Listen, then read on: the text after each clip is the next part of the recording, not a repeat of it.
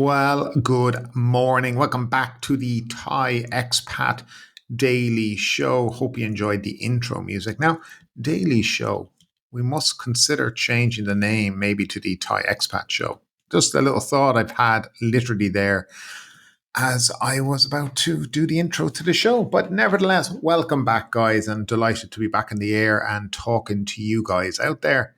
So, how have you all been? What have you been up to over the past couple of months? For me, as I explained in my previous podcast, I actually started a new job. So I took up a role. I've been working for my previous company here for nearly 12 years and decided to get out and start again somewhere fresh. So that's really where my time was taken up, is getting embedded in that new company and doing the job that I was paid to do. So that meant, of course, that this podcast had to take a little bit of a step back. It's kind of been in the back seat, but it's still been on my mind of what I could do with it and what more. So as I explained yesterday to everyone, actually, I just advise you go back and listen to that and you'll understand what I talk about now. But nevertheless, how are things? The weather in Thailand has been pretty odd the last week or so. If you've been here, a lot of rain in the evening. Daytime's been okay, quite hot. And very humid, but nevertheless very enjoyable, especially if you're, an expat like myself who, maybe from Ireland, we know the weather in Ireland. So this is a godsend at times. But nevertheless, we'll talk about a couple of stories that have been in the news recently, and we'll bring you those, and we'll let you kind of digest them. And I'd love to know what you think about the whole issues. Now, I know one of the topics we're going to talk about is visas or visa exempt. But I guess not too long ago, in a bid to resuscitate its tourism industry, kind of post-pandemic, Thailand generously extended its visa-free stay from 30 to 60 days for citizens of nearly 93 countries. I guess you remember that. A move that screamed, come, stay a while. But I guess now they're contemplating slashing it back to 30 days, back to the original of 30 days. And I guess we'll be asking ourselves why. Well, mainly because some visitors, appears, have been overstaying their welcome, not just lounging on the beaches, but dabbling in a bit of unauthorized work and businesses, which, of course, if you don't have the right visa, is a big, big no-no here in the Kingdom of Thailand. Now, it seems like it's the classic tale, isn't it, of open the door wide and then panic when a few stray cats wander in. But I guess here's the real kicker. Now, while the government's busy wringing in hands over these nefarious nomads, the average tourist just stays between, I guess they said, between 14 and 21 days. So who exactly is the policy U-turn targeting? The few who exploit the system or the many who play by the rules? And this is one of the issues that I think a lot of people are having is, if you're coming here to work illegally, you're going to work here illegally regardless of what visa. I never quite understood moving it from 30 to 60 days. It didn't make sense to me because we already had a tourist visa, which was 60 days and also a good money earner. So people who were planning to stay that length of time could have just applied for the visa online and Bob's your uncle, easy to do. And also, the government would have been making a few bob. So in this case, I don't know what it was all about. I think they had this idea that they were going to possibly, entice more people to come in. But what kind of people are you enticing to come in, I guess, will be the question. But there's more, of course. As if the visa turnaround wasn't enough, the Immigration Bureau, right, has also confessed that its biometric system is bursting at the seams, full to its 50 million record capacity. Now they're resorting to manual record keeping. Yes, you heard that right, guys. And in the digital age, they're jotting down details by hand while they scramble to develop a new system with unlimited storage, a project that's both time-consuming and costly. So when you guys arrive here in Thailand and you put your hand there to take the scan of your fingerprints and they take your photo, right? They're actually only taking a photo of both. It's not biometric data. It's not being stored anywhere. It's only a photo. And of course, this is because their subscription apparently ran out or they haven't been paying their bills. So we're going to recap on this really quickly. On one hand, we've got a knee-jerk reaction to a minority misbehaving, threatening to deter genuine tourists. And then on the other hand, we have an immigration system that's so outdated, it's practically held together with duct tape and good intentions.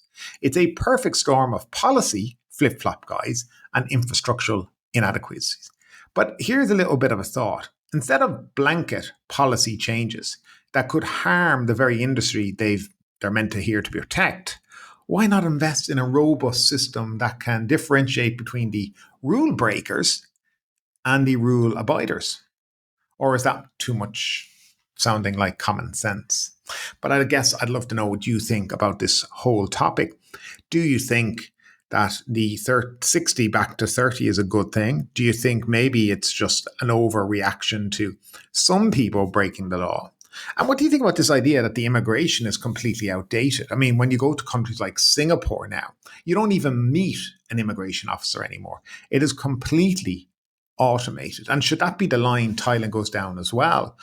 Just machines, scan your passport, take your fingerprints, take your picture, and you waltz on through. And that's it. And by the way, I don't know if anybody's also heard, they're bringing in the new TM6 digital version on May 1st. So remember that card we used to fill out on the airplane?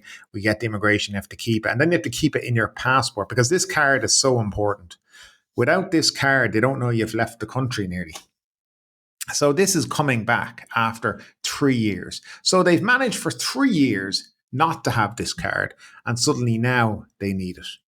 Now they're going to have the digital version that you'll have to fill out on a website or an app. Still makes absolutely no sense. And they say this will be how they can track people. I really sometimes wonder. All they need to do is invest in proper immigration systems. And they work, these immigration systems. If you've been to the likes of Singapore, you will see how they work. They're quick, they're effective. They also know who's coming into their country. They can also check criminal records. They can also do what needs to be done to keep the bad guys out. And it's easy to see these overstayers or these people who've been coming in and out frequently and start asking questions. Why are you coming in and out so frequently? What exactly are you doing here? Of course, then on the other hand, I know as many of you know, we also have the Destination Thailand visa, the DTV visa, where basically you can be a digital nomad and basically get 5 years of unlimited entry into Thailand. And they're giving it out as well for Muay Thai classes and going to the dentist and things like this. So this brings into a broader thing of, how they're trying to attract certain kinds of people and they don't care about others. And I think a lot of us out there might be able to relate to that. I follow a lot of these groups online, Destination Thailand Visa group, and you see the things people are getting a 5-year visa for. A 2-week Muay Thai class. They're doing a cooking class for a month. And they're getting 5 years of unlimited entry. And then you have a gentleman or a lady who retires here in the country with her pension. And she lives a nice, quiet life. She doesn't bother, they don't bother anyone. And in order to live here, they have to get their visa and then the year extension. And of course, they need the 3 inches of paperwork every year. They need to go and extend their visa by 1 year. While people who are using the country nearly for their own benefit, right? These Destination Thailand visas people, right? There's no proof that they have enough money to even live in the country. There's no need or no regulation that you have to have travel insurance or health insurance to be able to look after yourself if something happens to the country. These people are being welcomed, while the retiree is made to jump through hoops, do his 3-inch worth of paperwork to get a year extension. And of course, by the way, them being rejected and told you need to come back next week because your map was wrong. Like you printed out a map on Google showing exactly where your house was, but that wasn't good enough. Actually, what we really want from you is a hand-drawn map because that's much more accurate than your Google map printout. This is the kind of stuff that goes on. And I really feel that the likes of retirees, even people on marriage visas here in the country, are having the piss taken out of them at times. And it would be nice for those people in the country to be recognised and to have things made easier and to follow the way things are done in the likes of Malaysia, or even you see the likes of Vietnam, or you go to the Philippines, or in relation to marriage visas, Japan, and how they treat people who are married to Japanese nationals. They're treated very well. They're given longer visas, 2, 3, 5 year visas. They're actually allowed to do any form of work that they like because they're supporting a Japanese national. They're looked after. In this country, you can't work on your marriage visa. I mean, you can, but it's difficult enough, you know. And there's plenty of regulations surrounding you, which is, I think, highly unfair. But that's, I guess, for another day. That's that kind of conversation. But jumping back to the visa exempt, I'd love to know what you think about visas here in Thailand. I mean, at the end of the day, do Thailand want people to come here? Because they do seem to make it as difficult as possible, unless, of course, you're a digital nomad, you want to do a Muay Thai class, or you're hard up for a bit of a cooking class. Love to know your opinion on that one, guys. Let us know down below in the comments section, as always. Now, another story. Interesting, though. You know, sometimes it's not the bad intentions that cause the most damage. It's actually the good ones, the ones wrapped up in ignorance and served with a little bit of self-righteousness. So we're going to talk a bit now about, well, a deleted video, but a video that's now been put back up on YouTube by a YouTuber called Ride with Gabby. A man who walked into a Myanmar migrant community in Phuket, pointed his camera, and announced to the world that he had discovered basically the biggest foreign slum. Now, the title actually was The Other Side of Phuket, Thailand. That was the catchy. But he announced by talking about this is a slum, okay? And it's a bit of a catchy title, I guess. It's dramatic. It's kind of edgy. The kind of content that racks up views, earns comments, and gets shared across social media like wildfire, which it actually did. But I think we need to look at what really happened here, because there's a lot of people, when you look through the comment section, don't seem they're cheering him on. Well done, Gabby. Well done. You went out there and you shone a spotlight. But let's talk about the after effects of his video, which is probably why he deleted it for a while. See, the problem was, this wasn't a slum. This wasn't a place forgotten by the world. This actually is a community. A working, functioning, living, breathing fishing village where families, mostly from Myanmar, have built lives over decades. It's humble, yes, but it's not a tragedy. The children he filmed so freely, the ones smiling and waving at the cameras, well, many of them were receiving an education through a local foundation, the Good Shepherd Sisters, who've been working quietly for years to provide schooling, food, and support for migrant families. Quietly, guys, with dignity, without spectacle. And yet, that video turned their lives into content. And the consequences, well, immediate, tangible, and painful. Local authorities launched a full investigation. We're talking immigration, Labour Department, ISOC, police. Now, they didn't launch it into the YouTuber, mind you. No, into the community. Immigration officers arrived, documents were checked, parents were questioned. The school, the tiny beacon of hope in an otherwise overlooked corner of Phuket, has been shut down temporarily at least. Parents now are scared because immigration want to see their status. If they are shown to be illegally here in the country, they will be deported back to Myanmar. And why has this all happened?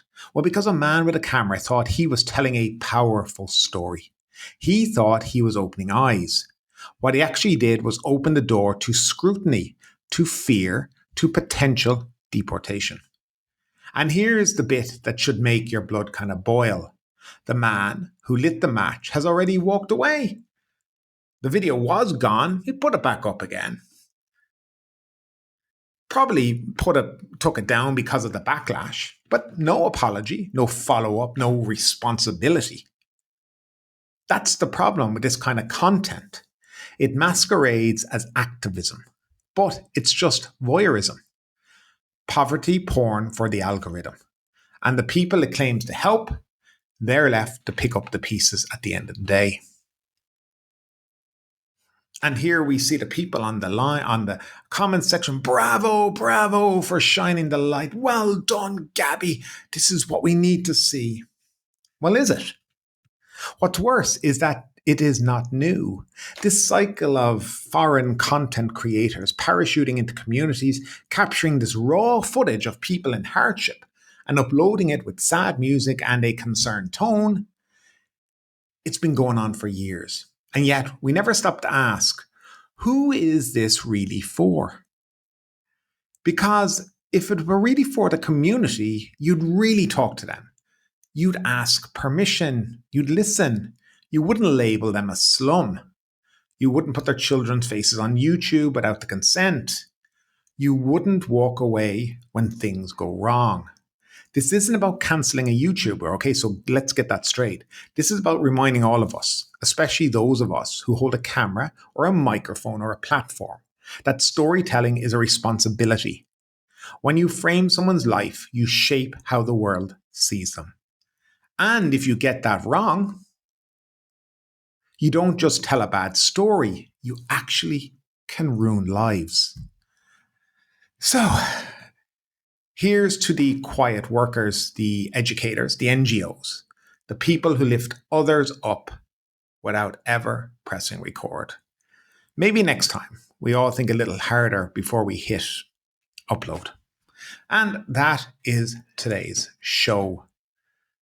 As always, your comments, your opinion about everything we've talked about here down below in the comment section. And we'll see you again soon. Take care. Thanks for listening. And bye-bye.